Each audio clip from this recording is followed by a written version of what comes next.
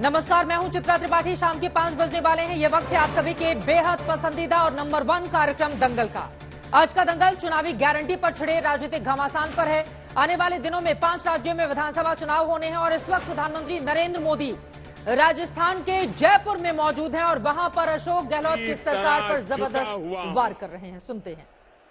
इसलिए मैं जो कहता हूं वो करके दिखाता हूं। इसलिए मेरी गारंटी में दम होता है और ये मैं सिर्फ हवा में नहीं कह रहा हूं, बल्कि बीते 9 वर्ष का मेरा पूरा ट्रैक रिकॉर्ड यही है। वहां मेरा आप सबसे प्रार्थना है, अब पेंडोल में कहीं जगह नहीं है, कृपा करके वहीं रुक जाइए।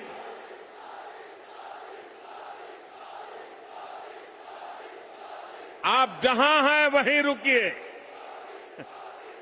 मैं आपके प्यार के लिए आपका बहुत बहुत आभारी हूं। बहुत बहुत धन्यवाद आपका। मेरे परिवारजनों, आप याद कीजिए, हमारी सरकार ने 1 रैंक 1 पेंशन लागू करने की गारंटी देश के पूर्व सैनिकों को दी थी। आप देख रहे हैं, मोदी ने वो गारंटी पूरी कर दी।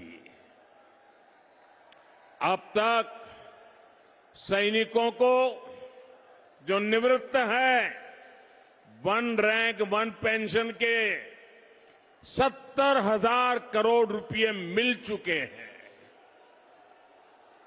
अब आप कल्पना करिए, कांग्रेस जब सरकार में थी तब उन्होंने 500 करोड़ रुपए की पोटली बनाकर वो झूठ बोलती थी कि वो 1 रैंक 1 पेंशन लागू करेगी। कहां 500 करोड़ और कहां 70,000 करोड़। ये भाजपा सरकार है जिसने 70,000 करोड़ रुपए देकर 1 रैंक 1 पेंशन को लागू किया है। साथियों, जब नीयत साफ होती है, जब खुद पर भरोसा होता है, तो गारंटी पूरी करना सरकार की पहचान बन जाती है। हमने भ्रष्टाचारियों के विरुद्ध कड़ी कार्रवाई की गारंटी दी थी। आज देश के भ्रष्टाचारियों पर कानून का जो डंडा चल रहा है वो सब देख रहे हैं। आप मुझे बताइए, भ्रष्टाचारियों पर कदम उठाने चाहिए कि नहीं उठाने चाहिए? कड़ी कार्रवाई करनी चाहिए कि नहीं करनी चाहिए? इस देश से भ्रष्टाचार को खत्म करना चाहिए कि नहीं करना चाहिए? साथियों, 3 तलाक के चलते मुस्लिम बहनों के साथ अन्याय कई पीढ़ियों से हो रहा था। उम्मीद की कोई किरण नहीं दिखती थी, लेकिन हर बहन के आंसू पहुंचने की इच्छा शक्ति के कारण हम 3 तलाक के खिलाफ कानून लाए। इस कानून से लाखों बहनों को न्याय मिला है। सीधे जयपुर से आप सुन रहे थे प्रधानमंत्री नरेंद्र मोदी को। आपको बताते चले, राजस्थान में भी विधानसभा के चुनाव होने हैं। रणभूमि में खुद प्रधानमंत्री नरेंद्र मोदी ने हुंकार भरी है और वहां की सरकार पर निशाना साधते हुए, एक तरफ विधानसभा के चुनाव है, उसके बाद 2024 का सबसे बड़ा घमासान होना है। इसी चुनावी रण में आज पीएम मोदी मध्य प्रदेश और राजस्थान में तो अभी भी उनका भाषण चल रहा है। कांग्रेस पार्टी के नेता राहुल गांधी छत्तीसगढ़ में मौजूद हैं। राजस्थान में पीएम मोदी ने मौसम बदलने का दावा करते हुए परिवर्तन का आह्वान किया है। तो प्रधानमंत्री ने मध्य प्रदेश में 2 दशकों की सत्ता के दस्तूर को बनाए रखने के लिए पहली बार के मतदाताओं को कांग्रेस राज की बुराइयां गिनाई और अपनी डबल इंजन सरकार के फायदे भी गिनाए हैं। पीएम मोदी ने कहा कि खट्टे मन से कांग्रेस को महिला आरक्षण बिल का समर्थन करना पड़ा। पीएम ने कांग्रेस को जंग लगा लोहा से लेकर गरीब, विकास विरोधी और कुशासन, करप्शन की पार्टी भी बता दिया। जबकि दूसरी ओर कांग्रेस नेता राहुल गांधी ने छत्तीसगढ़ में फिर एक बार मोदी सरकार में ओबीसी प्रतिनिधित्व और जातिगत जनगणना का मुद्दा उठा दिया है। इस चुनावी दंगल में दोनों ही पक्षों की ओर से अपनी अपनी गारंटी का प्रचार भी जमकर किया जा रहा है। पीएम मोदी ने कहा है कि मोदी की गारंटी पूरी होगी, इसकी भी गारंटी है। जबकि राहुल गांधी कह रहे हैं कि कर्नाटक और छत्तीसगढ़ में कांग्रेस ने जो गारंटी दी थी वो पूरी की है, आगे भी करेंगे। लेकिन बीजेपी और कांग्रेस की ओर से उठाए जा रहे मुद्दों और चुनावी दावों को देखते हुए सवाल है कि क्या बीजेपी इस बार के चुनाव में भी कांग्रेस के खिलाफ कुशासन और करप्शन को ही बड़ा मुद्दा बनाएगी? क्या कांग्रेस इस बार का चुनावी संग्राम जाति के नाम पर लड़ने जा रही है? और क्या बीजेपी को महिला आरक्षण कानून का चुनावी फायदा मिलने वाले हैं? ऐसे और भी कई सवाल हैं जिस पर आज के दंगल में बड़ी चर्चा करने वाले हैं। पक्ष और विपक्ष दोनों ही तरफ के खास मेहमान हमारे साथ जुड़ेंगे, लेकिन उसके पहले यह रिपोर्ट देखिए।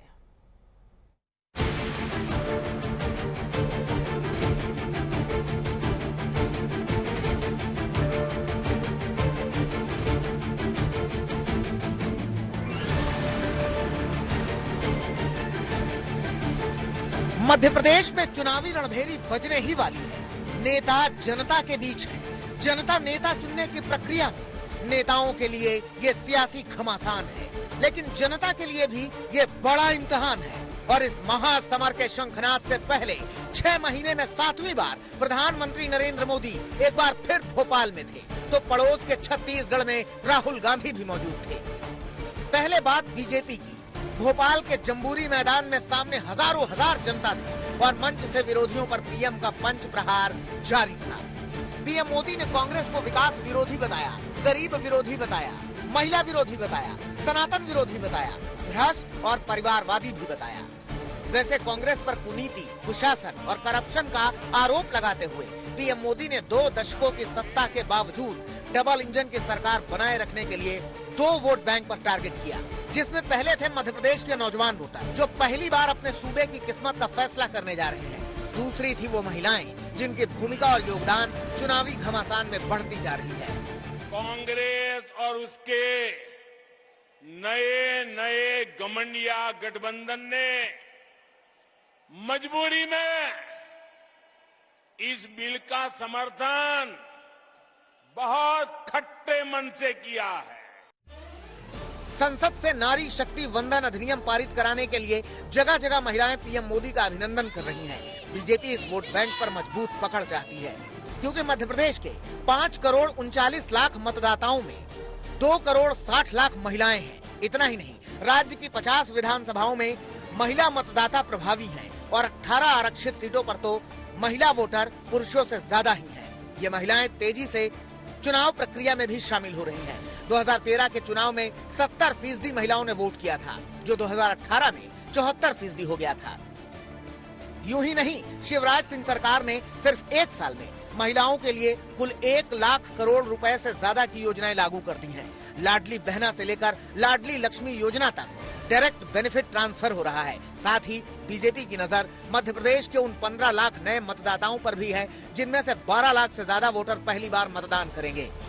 ये युवा सौभाग्यशाली है कि इन्होंने एमपी में कांग्रेस का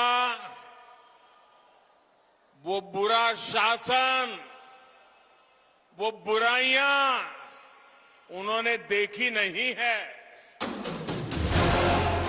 बीजेपी 7 दशकों के कुशासन, 2 दशकों के विकास, डबल इंजन की कामयाबी के गीत गा रही है। तो उधर कांग्रेस पार्टी का कांटा ओबीसी और जाति जनगणना पर अटक गया है। का सेंसस हिंदुस्तान का एक्सरे है। इससे पूरे देश को पता लग जाएगा कि ओबीसी कितने हैं, दलित कितने हैं, आदिवासी कितने हैं, महिलाएं कितनी हैं, जनरल कास्ट के लोग कितने हैं। ये वही लोग हैं जिन्होंने देश की पहली आदिवासी महिला राष्ट्रपति द्रौपदी मुर्मू जी को राष्ट्रपति बनने से रोकने का भरसक प्रयास किया। कांग्रेस पार्टी अब हर राज्य में ये चुनावी वादा भी करने लगी है कि जीतने पर वो जातिगत जनगणना का लाभ जनता को देगी। अब जनता को फैसला करना है कि आने वाले विधानसभा चुनावों में विकास के दावों पर वोट करना है कि रेवड़ी के वादों पर। भोपाल से रवीश पाल सिंह के साथ आज तक ब्यूरो। दोनों ही तरफ से अपने अपने चुनावी दावे किए जा रहे हैं। आपको बताते चले 2018 के जब चुनावी रिजल्ट इन विधानसभा चुनावों के सामने आए थे तो तीनों ही महत्वपूर्ण राज्य राजस्थान, मध्य प्रदेश और छत्तीसगढ़ में कांग्रेस पार्टी ने अपनी सरकार बना ली थी। लेकिन 2003 से जिस राज्य में कायम थी मध्य प्रदेश में बीजेपी, सिर्फ 1.5 सालों के बाद वहां पर परिस्थितियां बदल जाती है, कांग्रेस की सरकार चली जाती है, उसके बाद बीजेपी की सत्ता में फिर से वापसी होती है। जबकि पिछले कई चुनावों में से ऐसा हो रहा है, राजस्थान में हर 5 साल में सत्ता बदल जाती है। ऐसे में आगे क्या होगा, कई ऐसे मुद्दे हैं जिसको लेकर बड़ी चर्चा करने वाले हैं। खास मेहमान जुड़ चुके हैं, उनका परिचय आपसे करवा देती हूं। शहजाद पूनावाला जी, राष्ट्रीय प्रवक्ता भारतीय जनता पार्टी के हमारे साथ जुड़े हुए हैं। तहसीन पूनावाला जी, पॉलिटिकल एनालिस्ट है, हमारे साथ मौजूद हैं। रशीद किदवई जी, सीनियर जर्नलिस्ट है, हमारे साथ जुड़े हुए हैं। और साथ ही हमारे साथ मौजूद हैं आरएसएस के जानकार, political analyst professor Vishal Mishra ji. आप सभी लोगों का बहुत स्वागत है। शुरुआत शहजाद जी आप ही से करते हुए, कांग्रेस पार्टी की ओर से लगातार हमला किया जा रहा है, राहुल गांधी की ओर से भी जमकर वार करते हुए यह कहा जा रहा है कि बीजेपी की जहां सरकार है वहां पर झूठ की गारंटी है और हम सिर्फ सच्चे वादे करते हैं। जो वादे किए गए उनको पूरा भी किया है। जो आप लोगों की ओर से दावा किया जा रहा है उसका पलटवार हो रहा है कांग्रेस पार्टी की ओर से। क्या है इस पर जवाब आपका शहजाद जी? चित्रा जी, मैं समझता हूं कि आज की इस चर्चा में मैं कुछ तथ्य आपके सामने रखना चाहता हूं और जनता निर्णय करे और तथ्यों के आधार पर ही हम जवाबदेही तय करें। 56 से लेकर 2003 तक, जब से मध्य प्रदेश अस्तित्व में आया, और 2003 तक कांग्रेस की 5-6 साल अगर हटा दीजिए तो लगातार कंटिन्यू सरकार रही। उन्होंने मध्य प्रदेश को बीमारू राज्य बना दिया था। मध्य प्रदेश की क्या पहचान बन चुकी थी दिग्विजय सिंह जी के जमाने में? बिजली की कटौती, सड़कों में गड्ढे नहीं गड्ढों में सड़कें होना, नक्सली और सिमी के आतंकियों का खौफ और डाकुओं का किस प्रकार से वहां पर प्रभाव था। आज मैं आपसे पूछना चाहता हूं, आज कोई डाकुओं के खौफ की बात करता है, सिमी के खौफ की बात करता है? नक्सल मुक्त हो चुका है मध्य प्रदेश। और जहां तक आंकड़े आर्थिक स्तर के, मैं आपको कुछ आंकड़े बताना चाहता हूं। प्रति व्यक्ति आय 11,000 रुपए थी प्रति व्यक्ति की मध्य प्रदेश में, आज वो 1,40,000 है। वहां पर इंडस्ट्रियल ग्रोथ रेट नेगेटिव में था, आज 24% का इंडस्ट्रियल ग्रोथ रेट है। 70,000 करोड़ का जीएसडीपी था, आज 13 लाख करोड़ का जीएसडीपी बन चुका है। केवल 60,000 किलोमीटर रास्ते थे, आज 5 लाख किलोमीटर से ज्यादा रास्ते। आखिरी 10 सेकंड बोलूंगा, परंतु मैं कांग्रेस से पूछना चाहता हूं, चलिए गरीबी हटाओ कि उन्होंने 4 पुश्ते निकल गई परंतु गरीबी नहीं हटा पाए। राजस्थान में इन्होंने गारंटी दी थी कि हम किसानों की कर्ज माफी करेंगे, 19,500 किसानों की जमीनें हड़पी गई। 1,500 रुपए प्रति महिला को हिमाचल में देंगे, कितनी महिलाओं को दिया तहसीन पूनावाला बता दे। 300 यूनिट फ्री देंगे हिमाचल प्रदेश में, ये अभी गारंटी दी थी, 22 पैसे वहां पर बिजली के दर बढ़ा दिए। 200 यूनिट कर्नाटका में फ्री देंगे, वहां पर 2.89 रुपीज बढ़ा दिए। तो मैं तहसीन से सिर्फ इतना जानना चाहता हूं, या जो भी कांग्रेस का पक्ष रखने आए हैं उनसे सिर्फ इतना पूछना चाहता हूं कि आपके 4 गारंटी मैंने गिनाए हैं, इसमें से कौन सा पूरा हुआ बता दीजिए। तहसीन पूनावाला जी, उनकी बातों पर भी आप जवाब दीजिए। प्रधानमंत्री नरेंद्र मोदी का शंखनाद इस वक्त भी राजस्थान के भीतर जारी है। उनकी ओर से कहा जा रहा है राजस्थान में मौसम बदल चुका है। अशोक गहलोत सरकार की खामियां वो वहां पर गिना रहे हैं, तो वहीं मध्य प्रदेश में युवा वोटरों से ये वायदा करते हुए कि जिस तरह से आपने सुशासन देखा है, पुराने कुशासन की याद दिलाकर उन्हें ये बताते हुए कि जब बीजेपी की सरकार होती है और नरेंद्र मोदी होते हैं तो वो गारंटी है, उनकी गारंटी की भी गारंटी है, ये कहते हुए भरोसा दिलाते हुए। तहसीन पूनावाला जी। नमस्कार चित्रा जी, आपके शो में शिरकत करने का मौका मिला इसलिए आपका शुक्रगुजार हूं। अव्वल में जिन लोगों को फोटो लेकर ट्वीट करना एक कर दे। चित्रा जी और मेरी एक ही चीज पे बहस अक्सर होती है कि चित्रा जी मुझे पर्सनली कहती है आप सरकार से और सवाल पूछो। इसको मैं क्लैरिफाई करते हुए मैं बात आगे बढ़ाता हूँ। नरेंद्र मोदी साहब उस चीज की गारंटी है, वो हमारे रेसलर महिला देख रही है, जो ब्रिजभूषण शरण सिंह हर मौके पर महिलाओं का शोषण करता था, ऐसा तहसीन पूनावाला ने दिल्ली पुलिस ने कहा। वो महिला रिजर्वेशन बिल पर वोट कर रहा है, स्पीच भी दिला देते सर उससे। जिस अजय मिश्रा टेनी के बेटे ने किसानों को रोंदा गाड़ी के नीचे, जिस वीडियो को तहसीन पुनावाला ने सबसे पहले ट्वीट किया, जिसपे मुझ पे केसेस हुए, वो देश का गृह मंत्री आज भी बैठा हुआ है। तो किस बात की गारंटी है माननीय मोदी साहब, वो तो हम सब जानते हैं, हम उस पर नहीं जाए। सबसे कम बेरोजगारी मैं नहीं, नीति आयोग की रिपोर्ट कहती है छत्तीसगढ़ में है। पांचों गारंटी पूरी हुई कर्नाटका के अंदर, जिस कर्नाटका के सूबे में ये आज तक एलओपी अपॉइंट ना कर पाए। ये इनकी डबल इंजन की सरकार मणिपुर में दिख रही है, जहां पर महिलाओं को नंग करते परेड किया गया, और इंडिया टुडे पे वहां के मुख्यमंत्री कहते हम इसलिए इंटरनेट बंद किए क्योंकि सैकड़ों महिलाओं को नंग परेड किया गया। हम नहीं चाहते। आपने कहा सबसे ज्यादा बेरोजगारी छत्तीसगढ़ में है, क्या मैंने सही सुना? बेरोजगारी नहीं, रोजगारी सबसे कम बेरोजगारी, सबसे कम 2%, सबसे कम बेरोजगारी छत्तीसगढ़ में 2%, नीति आयोग की रिपोर्ट। सबसे अधिक बेरोजगारी हरियाणा में है, नीति आयोग की रिपोर्ट। और हरियाणा के मुख्यमंत्री कहते हैं, इंडिया टुडे की रिपोर्ट है कि मैं नीति आयोग वालों को अरेस्ट कर दूंगा। डबल इंजन की सरकार इनकी, तो ये डबल इंजन की ढोलकी बजाना बंद करे और इन बातों का उत्तर दे। माननीय प्रधानमंत्री जी ने कहा कांग्रेस में अर्बन नक्सल्स है, क्योंकि इनके पास कोई विकास पर बात करने के मुद्दे नहीं है। प्रधानमंत्री जी ये बताए कि कांग्रेस का कौन सा नेता, राहुल जी अर्बन नक्सल है, सोनिया जी है, खड़गे जी जो एक दलित नेता है वो है, जयराम रमेश है। आपके उनसे डिफरेंसेस हो सकते हैं, मैं भी कुछ बातों से उनसे इत्तेफाक नहीं रखता हूं। क्या ये प्रधानमंत्री जी को शोभा देता है अपने राजनीतिक दुश्मन को अर्बन नक्सल्स कहना? ये किस तरह की भाषा का प्रयोग कर रहे माननीय प्रधानमंत्री जी? दूसरी चीज, इनका कोई विजन नहीं है मध्य प्रदेश के लिए। मध्य प्रदेश एआई की एक सेपरेट मिनिस्ट्री बनाने जा रहा है। ठीक है। छत्तीसगढ़ में 4000 इंग्लिश मीडियम सरकारी स्कूल खोले। गुजरात के अंदर चित्रा जी 20 साल में एक भी सरकारी इंग्लिश मीडियम स्कूल नहीं खुला। ये इनका विजन है, ये कांग्रेस का विजन है। ठीक है, मैं जवाब ले लेती हूँ। दूसरों पर रोना बंद करें। ठीक है, मैं जवाब ले लेती हूँ। लेकिन आप गुजरात का आंकड़ा दे रहे हैं। गुजरात में कई सालों से 1995 से उन्हीं की सरकार है, लेकिन उसके पहले शहजाद जी वो कह रहे हैं कि बेरोजगारी दर अगर कहीं पर सबसे ज्यादा कम है, यानी कि ज्यादा से ज्यादा लोगों को रोजगार देने का काम छत्तीसगढ़ की सरकार ने किया है। इसके अलावा वो राजस्थान का भी जिक्र कर रहे थे शहजाद जी, और हरियाणा के भी कुछ आंकड़े रखे हैं आपके सामने। इस पर क्या जवाब है? अगर उन आंकड़ों को वो सही मानते हैं, और क्योंकि उन्होंने ही कोट किया है, तो पिछले एक वर्ष से अगर कोई एक स्टेट है जिसका बेरोजगारी दर लगातार कंटिन्यूसली अबव 20% है, 20% से ऊपर है, तो वो राजस्थान है। तो आप बता दीजिए कि उसी आंकड़े के पैमाने पर राजस्थान तो वर्स्ट परफॉर्मर है जहां तक बेरोजगारी है, तो वहां पे। और अन्य स्टेटों में तो ये बेरोजगारी भत्ते का वायदा करते हैं, राजस्थान में क्यों नहीं करते?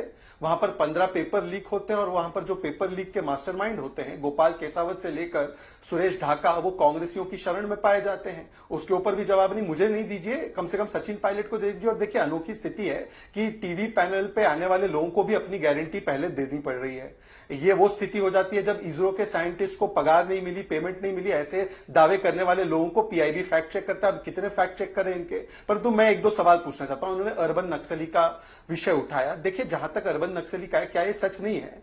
जब भीमा कोरेगांव की हिंसा हुई, एल्गार परिषद वाला मामला आया और उसमें 6-7 लोग गिरफ्तार हुए, जिसमें कि आरोप यह भी था कि प्रधानमंत्री की हत्या करने का आरोप था। आज भी उनको राहत कोर्ट से नहीं मिली, और वो वही लोग हैं जिनके संगठनों को यूपीए ने प्रतिबंधित किया था, जिनको कांग्रेस ने जेल में डाला था। तो उनके लिए क्या ट्वीट किया था राहुल गांधी ने? ये एक्टिविस्ट है। और मनमोहन सिंह की सरकार ने क्या कहा था? Maoist is the number 1 challenge, security challenge. अच्छा, बाकी छोड़ दीजिए, जयराम रमेश इनके प्रिय मित्र है, उन्होंने तो जेएन साई बाबा के लिए हाल ही में ट्वीट किया था। वो जेएन साई बाबा जिनको कोर्ट ने कन्विक्ट किया और सुप्रीम कोर्ट ने राहत देने से मना किया। अच्छा, चलिए छोड़ देते हैं इस विषय को भी। आइए इनको पूछिए कि दिग्विजय सिंह, जिस मध्य प्रदेश की हम लोग बात कर रहे हैं, उसी के नेता ने एक बार कहा था कि माओइज्म को टेररिज्म नहीं माना जा सकता, और चिदम्बरम की पूरी जो फिलॉसफी थी नक्सलिज्म को फाइट करने की, उसका विरोध दिग्विजय सिंह करते थे सरकार में रहते हुए चिदम्बरम के। तो ये क्या हकीकत नहीं है? और आज भी उसी मानसिकता से ग्रसित नहीं है ये लोग। मध्य प्रदेश में सरदार सरोवर प्रोजेक्ट को रोकने के लिए किसके साथ हाथ जोड़ा था इन्होंने? किसने उसका प्रभाव और उसका लाभ ना पहुंचे मध्य प्रदेश की जनता को, उसके लिए किसके साथ गठबंधन किया था? ठीक है, तहसीन पुनावाला जी, उन्होंने मध्य प्रदेश को लेकर बहुत सारे सवाल पूछे हैं। ठीक है, और एक और गुजारिश मैं आप तमाम प्रवक्ताओं से करना चाहूंगी, कम से कम व्यक्तिगत टिप्पणी हम यहां पर किसी के बारे में नहीं करें तो ज्यादा अच्छा है। तहसीन पुनावाला जी, प्रधानमंत्री नरेंद्र मोदी राजस्थान में भी हैं, उनकी ओर से कहा गया है अशोक गहलोत की सरकार को तो 0 नंबर पाने का भी हक नहीं है, और साथ ही मध्य प्रदेश को लेकर भी उन्होंने जो आरोप लगाए हैं कांग्रेस की पुरानी सरकारों पर, उस पर जवाब। चित्रा जी, मैं आपके शो पे हूँ, शो में कुछ डिलीट नहीं होता, ये रिकॉर्ड होगा जी, मध्य लाइव है। प्रदेश और जी लाइव है और रिकॉर्ड होगा और हमेशा गूगल और इंटरनेट पर रहेगा। छत्तीसगढ़ और मध्य प्रदेश कांग्रेस जीतने जा रही है रिकॉर्ड मार्जिन से, 150 प्लस। कमलनाथ जी मुख्यमंत्री। राजस्थान में टफ मुकाबला है क्योंकि हमेशा चेंज होती है, बट बहुत टफ मुकाबला है। तेलंगाना भी शायद कांग्रेस जीतेगी। कहीं इन 4 सूबों में बीजेपी का सारा सुफरा साफ हो जाएगा, उनका कोई लेना देना नहीं। राजस्थान में थोड़ी सी फाइट है। लेकिन जो शहजाद ने कहा कि जो भीमा कोरेगांव के दोषी थे, उन्होंने माननीय प्रधानमंत्री जी की हत्या करने की कोशिश की थी। मैं उस वक्त, मुझे याद है चित्रा जी, आपके कलीग जो हमारे बीच नहीं रहे, रोहित सरदाना जी, उनके साथ आज तक पर आता था और उस वक्त भी मैंने वो बात की। और अब एनआईए ने माननीय प्रधानमंत्री की हत्या के चार्जेस ड्रॉप कर दिया है। मैं ये नहीं कह रहा वो गलत है सही है, जो है कोर्ट फैसला करेगी। लेकिन जिस बात को आज बीजेपी के प्रवक्ता कहते हैं, अफसोस है कि पीआईबी उनको फैक्ट चेक नहीं करेगी, ये एनआईए ने ड्रॉप कर दिया चार्जेस। देखिए, आप जिस तरह का माहौल बनाते, मेरा सवाल आपसे था कोई एक्टिविस्ट को लेकर नहीं, क्या सोनिया जी अर्बन नक्सल है, क्या खरगे जी है, क्या राहुल जी? आप जिस शब्दों का प्रयोग करते हैं आपके राजनीतिक विरोधियों के लिए, मुझे लगता है प्रधानमंत्री जी को शोभा नहीं देता। जब प्रधानमंत्री जी के लिए इस तरह के शब्दों का प्रयोग होता, आप लोगों को ऑब्जेक्शन होता है, होना भी चाहिए। इस तरह का इन शब्दों का प्रयोग माननीय प्रधानमंत्री को नहीं करना चाहिए। इससे मैं अपनी बात को समाप्त करता हूं। लेकिन उन्होंने किसी का नाम तो नहीं लिया है, लेकिन आपकी ओर से जो सवाल उठाए गए हैं शहजाद जी, मैं और आऊंगी कौन है आपके कांग्रेस पास, के नेता? लेकिन उसके पहले बाकी लोगों का रुख कर लेते हैं। हमारे साथ वरिष्ठ पत्रकार भी जुड़े हुए हैं, रशीद किदवई जी, विशाल मिश्रा जी भी। रशीद जी, इस डिबेट को थोड़ा और विस्तार देते हुए, क्योंकि राहुल गांधी की ओर से बार बार ओबीसी का मुद्दा उछाला जा रहा है, वो जहां भी जा रहे हैं चुनावी रैलियों में बार बार कह रहे हैं कि देखिए ओबीसी को लेकर बीजेपी की सरकार कुछ कर नहीं रही है, कोटे के भीतर कोटे की वो मांग कर रहे हैं, महिला आरक्षण में भी।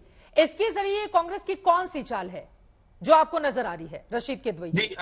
जी चित्रा, देखिए, इसमें कांग्रेस की शुद्ध रूप से एक राजनीतिक पैंतरेबाजी है, राजनीतिक रणनीति है, क्योंकि कांग्रेस का जो एक सपोर्ट बेस है वो पिछड़ी जातियों में थोड़ा कम है। और ऐसा माना जाता है, खासतौर से नरेंद्र मोदी जी के प्रधानमंत्री बनने के बाद में भाजपा में पिछड़ों पर वोटों के ऊपर भाजपा की पकड़ और ज्यादा मजबूत हुई है। और खासतौर से मध्य प्रदेश, छत्तीसगढ़, राजस्थान सब में बड़ी संख्या में पिछड़े हैं।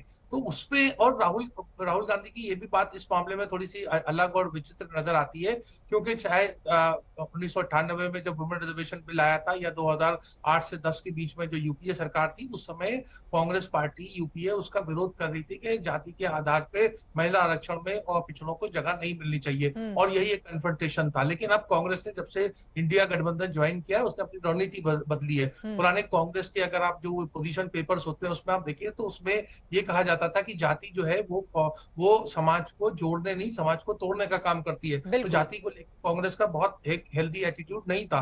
लेकिन कांग्रेस ने इसमें अपनी पूरी रणनीति बदली है, और केवल और केवल ये कारण है कि ताकि नरेंद्र मोदी को 24 में परेशान किया जा सके, और उसकी रणनीति कामयाब भी होती नजर आ रही है। क्योंकि मुझे लगता है महिला आरक्षण बिल लाने का एक प्रधानमंत्री का उद्देश्य एक तो ये था कि नई पार्लियामेंट में एक इतिहास रचा जाए, और दूसरा ये था कि विपक्ष को जो है आपस में लड़ाया और घमासान कराया जाए। लेकिन वहां वो कामयाब नहीं हुए, वो बार खाली गया और उल्टा पड़ता हुआ नजर आता है। मतलब आप ये कह रहे हैं कि ये जो ओबीसी का मुद्दा उठाया जा रहा है बार बार कांग्रेस पार्टी के बड़े नेताओं की ओर से, वो मुद्दा कांग्रेस के पक्ष में कहीं काम न कर जाए विशाल मिश्रा जी, फिर तो मुश्किलें हो जाएंगी बीजेपी के लिए। चित्रा जी, बड़ा हास्यास्पद प्रश्न आपने पूछा है। मैं कांग्रेस के नेताओं को या जो पैनल पर बैठे हैं उनसे पूछना चाहता हूं कि मानवर राष्ट्रीय पिछड़ा आयोग कब बना था? यदि याद हो स्मरण पृष्ठ पर, तो शायद 1993 में बना था। लेकिन चित्रा जी, उसको संवैधानिक दर्जा किसने दिया? राष्ट्रीय पिछड़ा आयोग को संवैधानिक दर्जा आदरणीय मोदी जी की सरकार में मिला। पहली बात तो ये बात अपने आप सिद्ध करती है कि पिछड़ा वर्ग या जो समाज के वंचित लोग हैं उनकी ध्यान कौन कर रहा है, पहली बात जी। दूसरी बात, आप मुझे बताइए, डॉक्टर भीमराव अंबेडकर, बाबा साहब अंबेडकर को भारत रत्न कब मिला? किसकी सरकार में मिला और किसके सहयोग से मिला? भारतीय जनता पार्टी थी कि नहीं थी? जनता बताइए, तब तो जो है भारतीय जनता पार्टी के सरकार के समर्थन से मिला जी। जो 5 जो जहां पर वो रहे, पढ़ाई किया भारत में, लंदन में, उन स्थानों को तीर्थ कर पंच तीर्थ के रूप में कौन सी सरकार विकसित कर रही है मान्यवर कांग्रेस की प्रवक्ता या कांग्रेस के सपोर्टर? और अभी जो ये मुद्दा उठाया जा रहा है वो नुकसान न कर दे। विशाल मिश्रा जी, आप समझ रहे हैं विषय की गंभीरता को? क्योंकि मुझे मध्य प्रदेश 2018 का चुनाव अच्छी तरह से याद है। जब मैं वहां पर चुनावी कवरेज के लिए गई थी, आरक्षण का मुद्दा गले की फांस बन गया था वहां की सरकार के लिए। एक छोटी सी गलती के बाद देखिए वहां पे सरकार भी चली गई थी बीजेपी की। तो ये कोटे के भीतर कोटा वाला मामला गंभीर है। विशाल मिश्रा जी, आप बताइए चित्रा जी, ये बताइए कि पूरा सामाजिक सुधार आंदोलन हमारा जाति को खत्म करने की बात को लेकर हुआ, और आज मैं पूछना चाहता हूं कि बार बार जाति के अंदर जाति, उपजाति के अंदर उपजाति लाकर आप क्या साबित करना चाहते हैं? अपनी सरकार के 70 सालों में आपने गरीबी हटाओ का नारा दिया था, और गरीबी रेखा का स्तर क्या था? Hindu growth rate. जरा नाम तो सुनिए। अगर ग्रोथ रेट भी है तो उसको एक स्पेसिफिक जो है तरीके से डिफाइन करने की बात की गई। क्यों नहीं आप महिलाओं के उत्थान की बात कर रहे थे? आपके कार्यकाल में क्यों नहीं महिलाओं को, जो अभी नारी वंदन बिल पास हुआ है, क्यों नहीं हो पाया था? सरकार थी ना आपकी, राज्यसभा में बिल पास हुआ था ना, क्यों नहीं करवा पाए थे आप लोकसभा में? तो ये जिजीविसा की बात होती है, बार बार कहना। देखिए, मैं आपको याद दिलाना चाहूंगा, जब अविश्वास प्रस्ताव लाया गया था तो उससे पहले तो आदरणीय प्रधानमंत्री जी ने सदन के अंदर एक बात कही थी कि ये विभाजनकारी मानसिकता से ग्रसित हैं। अंग्रेज तो चले गए, लेकिन इनकी बातों करो, फूट डालो और राज करो की नीति आज भी है। इसीलिए तब भी उन्होंने कहा था कि आज इनके जो है टुकड़े टुकड़े गैंग की ये लीडर बने हुए हैं। ठीक है, सत्ता में आने की इच्छा तो है ही नहीं। हाँ। लेकिन कम से कम जो काम हो रहा है, हाँ, उस काम को बिगाड़ दिया जाए। ठीक है, मैं इनसे पूछता नहीं, आप देखिए ना इनकी इंटेंशंस को देखिए जी। अपना सरकार रहेगी तो उसके बारे में कोई बात नहीं करना, तब समाज के वंचित वर्ग को समाज की मुख्य धारा में लाने के लिए कोई कदम नहीं उठाना, तुष्टिकांड की राजनीति करना, विभाजनकारी राजनीति करना, भारतीय परंपरा, भारतीय मानस के बोध को बार बार अपमानित करना, भारत के स्व को नकारना। लेकिन वही जब वर्तमान सरकार कर रही है तो बार बार ठीक है, मैं तहसीन जी से इसका जवाब ले लेती हूँ। में नहीं आना है, लेकिन जो काम विकास के होंगे उसमें हमको रोड़ा डालना है। उत्तर प्रदेश में 35 साल हो गए चित्रा जी, गोवा में 28 साल हो गए, हाँ। नागालैंड में 27 साल हो गए, उड़ीसा में 25 साल हो गए। जब कांग्रेस को लोगों ने वोट दिया था, अपना समर्थन दिया था लास्ट टाइम, तो कम से कम आज भी अगर नहीं चेतते हैं तो क्यों? क्योंकि यही भारत के बोध का मानस में विकास ना होना। उन लोग, आप भारत जोड़ो यात्रा की जा रही थी, प्रधानमंत्री जी को लेकर किस प्रकार की टिप्पणियां की जाती हैं, तब इनके नेता क्यों नहीं बोलते आगे आकर? बताइए हमको आप, और टीवी के चैनल पर बैठकर नैतिकता की दुहाई देते हैं। ठीक है, लेकिन विशाल मिश्रा जी, मैं आपको बस ये समझा रही थी, देखिए 2018 की परिस्थिति को भी याद रखना होगा। 2018 की परिस्थिति को आपको इसलिए याद रखना होगा क्योंकि तीनों ही राज्यों में, ठीक है, तीनों ही राज्यों से बीजेपी चली गई थी विशाल मिश्रा जी, तो भरोसा कैसे पैदा करेंगे, ये बड़ा सवाल है। पता नहीं मेरी आवाज आप तक जा रही है नहीं जा रही है। 2018 का जो रिजल्ट था बीजेपी को, वो भी याद रखना होगा। शहजाद जी, मैं फौरन आपके पास आ रही हूँ, चूंकि विशाल मिश्रा जी की ओर से कई सवाल खड़े किए गए हैं। तहसीन पूनावाला जी, सीधे तहसीन की अनुमति हो तो मैं बोल लीजिए, उसके बाद में तहसीन, अगर उनकी अनुमति हो तो केवल 30 सेकंड बोलिए बातों को, फिर वो वही जवाब दे। बोलिए। क्योंकि तहसीन पूनावाला और जिस पार्टी की वो पैरवी करते हैं, हाँ। उन्होंने अभी आजकल ओबीसी का इशू छेड़ा है। मैं तहसीन से कुछ स्पेसिफिक सवाल पूछना चाहता हूँ। मान्यवर तहसीन पूनावाला जी, बताइए मंडल कमीशन कब गठित किया गया था, और उसकी जब रिपोर्ट आई थी तो राजीव जी की और इंदिरा जी की सरकार का स्टैंड क्या था, और जब माननीय वीपी जी की सरकार ने इसको लागू करने के लिए वो तैयार हुए तब राजीव जी का ऑन रिकॉर्ड स्टैंड क्या था? सवाल 1। सवाल 2, 2004 से 14 के बीच में कितने ओबीसी सेक्रेटरी थे, क्योंकि ओबीसी सेक्रेटरी की बात कर रहे हैं। और सवाल 3, हमारी तरफ से, एनडीए की तरफ से, मैं अभी आपको घोषणा करके बताता हूं, प्रधानमंत्री नरेंद्र मोदी ओबीसी समाज से आने वाले व्यक्ति, प्रधानमंत्री का चेहरा है। आपके इंडी गठबंधन का कौन है, जरा चेहरा बता दीजिए ओबीसी समाज से। बोलिए तहसीन पूनावाला जी। तहसीन पूनावाला जी, और इसी से जुड़ा हुआ एक और सवाल, ठीक है तहसीन जी, इसी से जुड़ा हुआ एक और सवाल मेरा भी है। जब आपकी सरकार थी, महिला आरक्षण बिल राज्यसभा में लेकर आया गया था, पास भी करवा लिया गया, क्या उसमें ओबीसी आरक्षण दिया गया था महिलाओं के लिए? तहसीन पूनावाला जी, नहीं दिया गया था। नहीं दिया गया था, आप लोगों ने नहीं दिया, आपने राज्यसभा से पारित भी करवा लिया लेकिन नहीं दिया, और आज आपको लगता है कि बीजेपी कोटे के भीतर कोटा दे। ये सारी उम्मीदें बीजेपी से ही क्यों? पहले आपको कर देना चाहिए था तहसीन पुनावाला जी। बिल्कुल देना चाहिए था, और मैं उसका उत्तर आपको दे देता हूँ, प्लीज मेरी बात सुनिए। मैं लौटी हूं आपके पास। एक बड़ी खबर आ रही है, गहलोत सरकार पर प्रधानमंत्री नरेंद्र मोदी ने बड़ा हमला बोला है। उनकी ओर से कहा गया है जहां सरेआम गला काटने की घटना, वहां पर निवेश कैसे, वहां पर कौन निवेश करेगा? कानून व्यवस्था का मुद्दा यहां पर उनकी ओर से उठाया गया। भ्रष्टाचारियों पर कानून का डंडा चल रहा है। जहां लाल डायरी में काली करतूतें हो, वहां पर कौन निवेश करेगा? राजस्थान सरकार आतंकवादियों पर मेहरबान है, ये बातें भी प्रधानमंत्री मोदी की ओर से कही गई हैं। आज भ्रष्टाचारियों पर कानून का डंडा चल रहा है। लाल डायरी का जिक्र करते हुए कि जहां काली करतूतें हो, वहां पर कोई निवेश करने के लिए कैसे आएगा? गला काटने की घटना का भी जिक्र करते हुए यहां पर गहलोत सरकार को जमकर घेरते प्रधानमंत्री नरेंद्र मोदी। तहसीन पुनावाला जी, जवाब दीजिए। जी, मैं पहले कास्ट सेंसस का देता हूं, फिर माननीय प्रधानमंत्री के प्रश्नों का भी उत्तर दे देता हूं।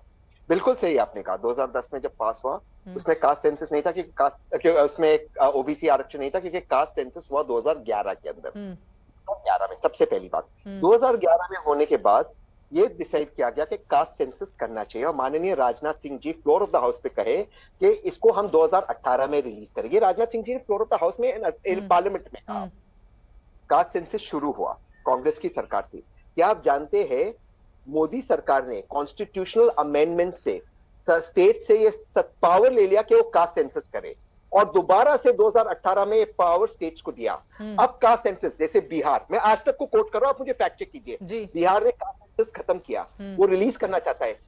केंद्र सरकार सुप्रीम कोर्ट गई कि रिलीज ना हो, पहले आप स्टेट से पावर ले लो, फिर आप पावर दो, बट आप रिलीज ना करने दो। कास्ट के खिलाफ भाजपा है। मैं जब भी इनसे कोई भी कास्ट पे बात करता हूँ, ये भूतकाल में चले जाते हैं। ये कास्ट पर क्यों बातें होती है तहसीन पुनावाला जी? सबके साथ सबके विकास की क्यों नहीं बात होती है? मेरा सवाल सुनिए। 1931 में ये जो जातिगत जनगणना का बार बार यहाँ पर जिक्र किया जाता है, उसके बाद तो तमाम सरकारें रही, कांग्रेस पार्टी की भी सरकार रही, कर लेती कास्ट सेंसस, और 2011 का आंकड़ा वो नहीं सार्वजनिक किया गया ना, कोई वजह तो रही होगी। तहसीन पुनावाला जी, देश को ये जानने का हक है, क्या हम जाति में उलझाकर सबका विकास कर पाएंगे?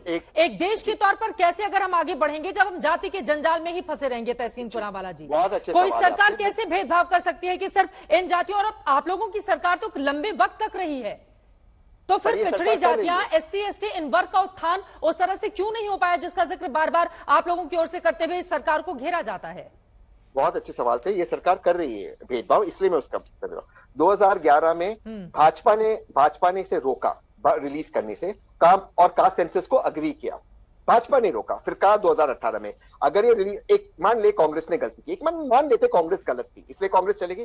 भाजपा ने क्यों रिलीज नहीं किया कास्ट सेंसस 2011 का? प्रॉमिस करने के बाद 2011 के बेसिस के कास्ट सेंसस के बेसिस पे EWS रिजर्वेशन दिया, बट कास्ट सेंसस बट उन्होंने सेंसस रिलीज नहीं किया। दूसरी बात आपसे करना चाहता हूं, जिसकी जितनी संख्या बारी उसकी इतनी हिस्सेदारी। चित्रा जी, आप भाजपा के प्रवक्ता से पूछ लीजिए, या जो उनके सपोर्टर उनसे पूछ लीजिए, आज उत्तर प्रदेश में, आज की बात करते वर्तमान में, कितने DMs OBC SC ST, कितने से केंद्रीय यूनिवर्सिटीज में जो रिजर्व है वाइस चांसलर SC ST है? नहीं है, वो जगह नहीं भरी गई। कितने पुलिस कमिश्नर है, कितने माननीय सुप्रीम कोर्ट के जजेस आज SC ST OBC है, कितने हाई कोर्ट के चीफ जस्टिस है, ये लोग नहीं देते उनको जगह, इसलिए करवाना जरूरी है। जिसकी जितनी संख्या भारी उसकी उतने हिस्सेदारी लेकर रहेंगे, आप इसको नहीं रोक सकते। ये तो BSP का नारा है 2007 का, एक बार कामयाब हो गया तो हर बार ये फॉर्मूला काम आएगा क्या? शहजाद पुनावाला जी, लेकिन वो आपसे अधिकारियों की लिस्ट मांग रहे हैं। नहीं बनना चाहिए वाइस चांसलर चित्रा जी। अब देखिए, मैं तो कह रही हूँ जो भी काबिल हो सबको बनना चाहिए। मैं क्यों विरोध करूंगी? शहजाद पुनावाला जी, उन्होंने आपसे अधिकारियों की लिस्ट मांगी है, बताइए OBC कितने हैं, SC ST कितने हैं? आपने मेरा नाम लिया है चित्रा जी, मुझे उम्मीद है कि मेरे बीच में कोई नहीं बोलेगा। एक तो मैंने कोई पुराने पहले के सवाल नहीं, मैंने तो कहा कि अभी मैंने घोषणा की है हमारी पार्टी की तरफ से, प्रधानमंत्री मोदी प्रधानमंत्री का चेहरा है। इंडी गठबंधन का कौन है? ये तो वर्तमान और भविष्य की बात है, ये पुरानी बात कैसे हो गई? ये इतिहास की बात कैसे हो गई? और इतिहास की एक भी बातों पर तहसीन पुनावाला के पास जवाब नहीं होता। हाँ, पर वो इतिहास जरूर गिनाते हैं, नेहरू जी तक पहुंच जाते हैं इसरो की उपलब्धि दिखाने, पर बहरहाल छोड़ देते हैं इस विषय को। अब तहसीन पुनावाला जी, क्योंकि आपके दोहरे मापदंड को मैंने एक्सपोज किया, अभी उन्होंने क्या कहा, जजेस कितने हैं? मान्यवर, जजेस क्या सरकार अपॉइंट करती है? जजेस तो कोलिजियम अपॉइंट करता है। आप जाकर कह दीजिए चीफ जस्टिस को और उनकी कोलिजियम्स को। क्या बात करते हैं, जजेस के अपॉइंटमेंट क्या सरकार करती है? चित्रा जी, हम इंडिया टुडे आज तक ग्रुप पे बैठे हैं, कम से कम हम तर्क के साथ बात। चित्रा जी, मैं बीच में किसी को नहीं बोल रहे हैं, आराम से, ठीक है, नहीं आरोप बोल रहे हैं शहजाद तो आरोप के सिर पैर तो हो जी, प्लीज, ठीक है, तहसीन जी उनको बोलने दीजिए, ये बोलते हैं। चित्रा जी, मेरा 35 वर्ष का अनुभव है, उसके बाद आप बोलिएगा, ठीक है। चित्रा जी, आपका बोलिए शहजाद जी। चित्रा जी, आपका तो जुम्मा 35 दिन का अनुभव है, मेरा 35 वर्ष का है। मेरी बात समझ लीजिए, मुझे पता है ना कौन कितना इंटरप्ट करता है। अब देखिए, मैं आपको बताता हूं, ये इंडिया टुडे की रिपोर्ट है, ये इनकी सरकार का स्टैंड है। नेहरू जी और पटेल जी को कोट करते हुए ने कहा कि कास्ट सेंसस तो होना ही नहीं चाहिए, और कास्ट सेंसस जब किया भी तो उसमें उन्होंने रिलीज 3 साल तक इसलिए नहीं किया क्योंकि उन्होंने कहा कि उसमें बहुत गलतियां थी। ये उनकी सरकार के स्टैंड है जी, हमें क्यों कोसते हैं? और जो हम भविष्य का और अभी का बताते हैं वो नहीं बताते, और बाकी सब छोड़ दीजिए, डीएम क्या करते हैं। मैं तो आपसे कह रहा हूं, हमारे 85 सांसद है, हमारे 85 एमपीज है ओबीसी।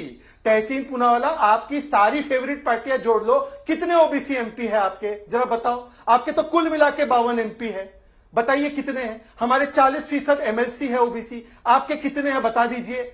हमारे 29% मिनिस्टर्स है ओबीसी, आपके कितने हैं बता दीजिए। इस बहस को हम आगे बढ़ाएंगे, इसका जवाब भी लेंगे, लेकिन उसके पहले प्रधानमंत्री नरेंद्र मोदी की ओर से राजस्थान में अशोक गहलोत सरकार को जिस तरह से घेरा गया है, उनकी ओर से कहा गया है भ्रष्टाचारियों पर कानून का डंडा चल रहा है, तो किस तरह से वहां की सरकार तिलमिला रही है और भी किस तरह गंभीर आरोप लगाए हैं प्रधानमंत्री ने, सुनते हैं।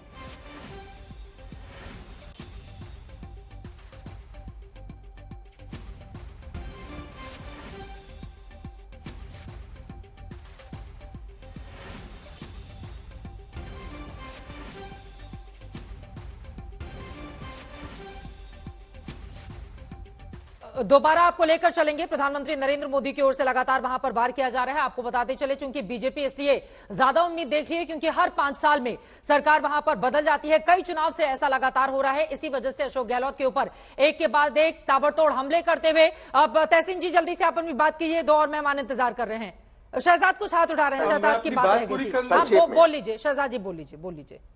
मेरी बात पूरी हो जाए, बोलिए। मात्र 10 सेकंड, क्योंकि अभी प्रधानमंत्री की राजस्थान की बातें भी आपने दिखाई, तो प्रधानमंत्री जी तो सही बोल रहे हैं ना। आप पूछिए, करौली का जो मेन दंगे का मास्टरमाइंड था मतलूब अहमद, उसको आज तक पकड़ा है। छाबड़ा का दंगों का मास्टरमाइंड इफ्तार पार्टी में दिखाई दिया अशोक गहलोत के साथ। अशोक गहलोत ने पीएफआई को खुली छूट दी मार्च निकालने के लिए। जोधपुर में दंगा, और जिस प्रकार से महिलाओं की स्थिति हुई, तो दिव्या मदेरणा से लेकर राजेंद्र गुड़ा ने बात उठाई, तो किस प्रकार से बर्ताव किया गया। और 2 दिन पहले की खबर है, हनुमानगढ़ में एक महिला ने आत्महत्या कर ली क्योंकि राजस्थान की पुलिस ने अपराधी का साथ दिया, उनका साथ नहीं दिया। करौली की घटना, भीलवाड़ा की घटना, ये सारी घटनाएं आए दिन 10 से 12 घटनाएं प्रतिदिन महिलाओं के उत्पीड़न की होती है। निर्वस्त्र की गई प्रतापगढ़ में एक महिला, क्या किया तहसीन पूनावाला की सरकार ने वहां पर?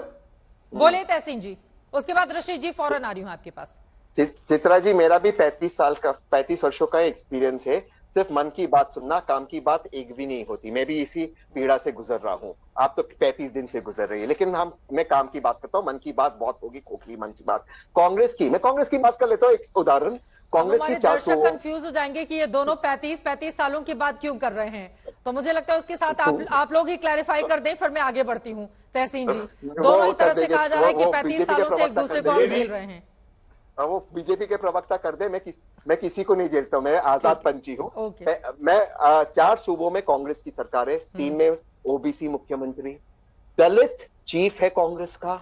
आरएसएस का कभी भी पिछड़े समाज से कोई मुखिया बना और बनेगा भी नहीं। ये कास्ट के विरोध, इसलिए ये लोग कास्ट के विरोधी करते। कोर्ट की बात की उन्होंने, वीसी की बात नहीं की, वाइस चांसलर्स की बात नहीं की, एसपी की बात नहीं की, डीएम्स की बात नहीं, पुलिस कमिश्नर की। सिलेक्टिव हियरिंग, ये भी 35 साल से मैं सहन करते आ रहा हूं। सिलेक्टिव हियरिंग, पूरे उत्तर नहीं देगी। लेकिन चित्रा जी, महत्वपूर्ण बात यह है, और उस पर हम आते हैं।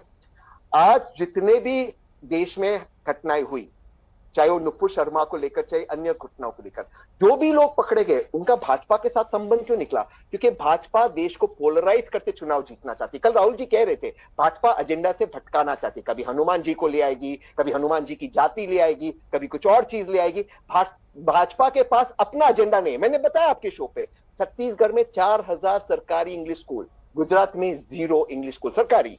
मध्य प्रदेश में एआई की सेपरेट मिनिस्ट्री बनेगी। इनको एआई क्या है उसके नहीं पता, उसके रूल्स फ्रेम नहीं हुए, तो इनके पास कोई विजन नहीं, इसलिए टेलीविजन पे आके झूठ बोलो और कम्युनल पॉइजन फैलाओ, बस और कुछ नहीं करेंगे। अब मैं रशीद जी आपको लेकर आना चाहूंगी, शहजाद जी उसके बाद में फौरन आपके पास आती हूं। रशीद किदवई जी, क्या इस देश का या अलग अलग राज्यों का यह दुर्भाग्य नहीं है जब सरकारों को अपने कामकाज गिनाने चाहिए तो उस समय धर्म और जाति की लड़ाई को हम बीच में रखते हैं? फूट डालो राज करो वाली किसी भी पार्टी को आप उठाकर देख लें, बार बार यहां पर किसी एक जाति को दोनों ही पार्टियां करती हैं, दोनों ही पार्टियों की प्रवक्ता यहां पर मौजूद हैं। जब आपको अपने कामकाज के बारे में ज्यादा जानकारी देनी चाहिए उस समय कोई कह रहा है नहीं मैं तो आऊंगा तो सबसे पहले जातिगत जनगणना कराऊंगा, दूसरी तरफ से कहा जाता है कि नहीं अगर प्रधानमंत्री किसी ने ओबीसी दिया तो वो भारतीय जनता पार्टी ने दिया। क्या जातियों के जंजाल में जकड़कर एक समाज के तौर पर, एक देश के तौर पर हम तरक्की कर पाएंगे? और क्या आपको भी लगता है कि आज की तारीख में भी काम के ऊपर कहीं ज्यादा धर्म और जाति हावी हो जाती है, इस वजह से नेताओं को ये सब बातें गिनानी पड़ती हैं चुनावों में, और ये दुर्भाग्य नहीं है क्या रशीद जी? जी चित्रा जी, आपके दोनों प्रश्न जो आपने उठाए हैं वो बिल्कुल सही है। एक तो पहली बात, ये मुद्दे उठाए जाते हैं, देखिए आप बात यहाँ पर पिछड़ों की बात हो रही है तो मैं ध्यान दिलाना चाहूंगा मंडल कमीशन का मामला किसने उठाया? विश्वनाथ प्रताप सिंह ने। लेकिन उनको कोई राजनीतिक लाभ नहीं हुआ, जनता ने उन्हें बाहर कर दिया। कांग्रेस ने, सीताराम केसरी समाज कल्याण मंत्री थे, नरसिम्हा राव प्रधानमंत्री थे, उसने इंप्लीमेंट किया, लेकिन कांग्रेस को मंडल कमीशन को इंप्लीमेंट करने से कोई फायदा नहीं हुआ। फायदा जो हुआ वो क्षेत्रीय दलों को हुआ। क्षेत्रीय दल जात की चीज को ज्यादा बनाना चाहती है, राष्ट्रीय पार्टियों का कम होता है। यहाँ एक और चीज मैं चित्रा कहना चाहूंगा, प्रधानमंत्री ने जो लाल डायरी और काली करतूत की बात की है, वो देश के प्रधानमंत्री है, उन्हें इस बात का भी संज्ञान लेना चाहिए था कि डायरी जो है चित्रा वो it is not admissible in court of law. आपको पता होगा जैन डायरी हवाला कांड हुआ था नरसिम्हा राव सरकार में। जो बातें पीएम की ओर से इस लाल डायरी के संदर्भ में कही गई हैं, एक बार सुन लेते हैं। झूठ बोलकर भूल जाने की है। लाल डायरी में काली करतूते हो, हर कोई कट और कमीशन में व्यस्त हो, वहां कौन पैसा लगाना चाहेगा, कौन पूंजी निवेश करेगा? जहां सरेआम गला काटने की घटनाएं हो और सरकार मजबूर हो, ऐसे वातावरण में निवेश कैसे हो सकता है? राजस्थान और मध्य प्रदेश दोनों ही जगह की चुनावी कमान प्रधानमंत्री ने संभाल ली है, ताबड़तोड़ वार करते हुए कांग्रेस पार्टी की सरकार पर। यहां पर आपको बताते चले, इंडिया वर्सेस बीजेपी नहीं होना है, यहां पर बीजेपी वर्सेस कांग्रेस की लड़ाई होनी है। इसी वजह से आमने सामने का मुकाबला इन दोनों ही पार्टियों में। आगे क्या होगा इस पर लगातार रहेगी हमारी नजर, क्योंकि तकरीबन 1.5 महीने के बाद वहां पर विधानसभा चुनावों की घंटी बज जाएगी। दोनों ओर के अपने अपने दावे, लेकिन दावे में कितना है दम, इसका फैसला तो वहां की जनता को करना है और इस पर रहेगी आज तक की नजर। इसी के साथ दंगल में अभी के लिए बस इतना ही। देश और दुनिया की तमाम खबरों के लिए आप देखते रहिए आज तक।